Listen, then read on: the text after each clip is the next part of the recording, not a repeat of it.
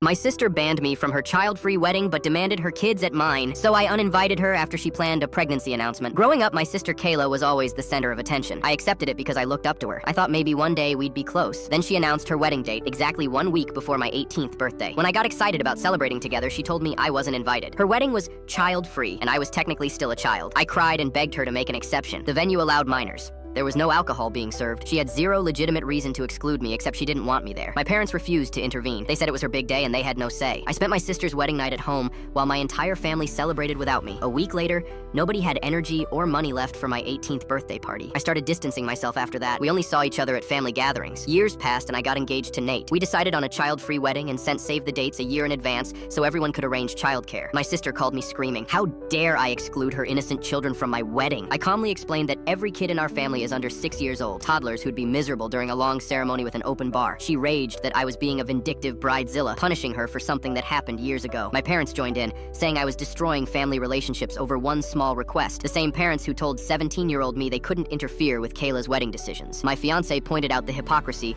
and suggested we just uninvite Kayla entirely. I couldn't do that. My parents would never forgive me. So we scheduled a family meeting to compromise. Kayla screamed for 2 hours straight. She demanded I find and pay for her babysitters since this was my decision. I reminded her she had a full year to make arrangements and could afford childcare. She hired sitters for date nights all the time. My parents offered to pay for her babysitter. Kayla refused their money. She wanted me to pay as punishment for not considering her feelings. Finally, I snapped and said if she had such a problem with my wedding, she didn't have to come. My parents supported her and told me I should want my sister there. I left exhausted and told Nate everything. He was furious. I seriously considered eloping and excluding my entire family. But your comments made me realize my sister was already ruining my wedding by making everything about her drama. This was exactly what she wanted. I sat my parents down without Kayla and unloaded everything. Every birthday she'd stolen, every achievement she'd overshadowed. How she announced her first pregnancy at my 20th birthday party. Her second pregnancy right after I got my first real job. The pattern was undeniable. My parents cried. They admitted they'd always favored Kayla because she'd spent years criticizing them for giving her a sibling. They were tired of her behavior too and promised to support me. I drafted a no-contact letter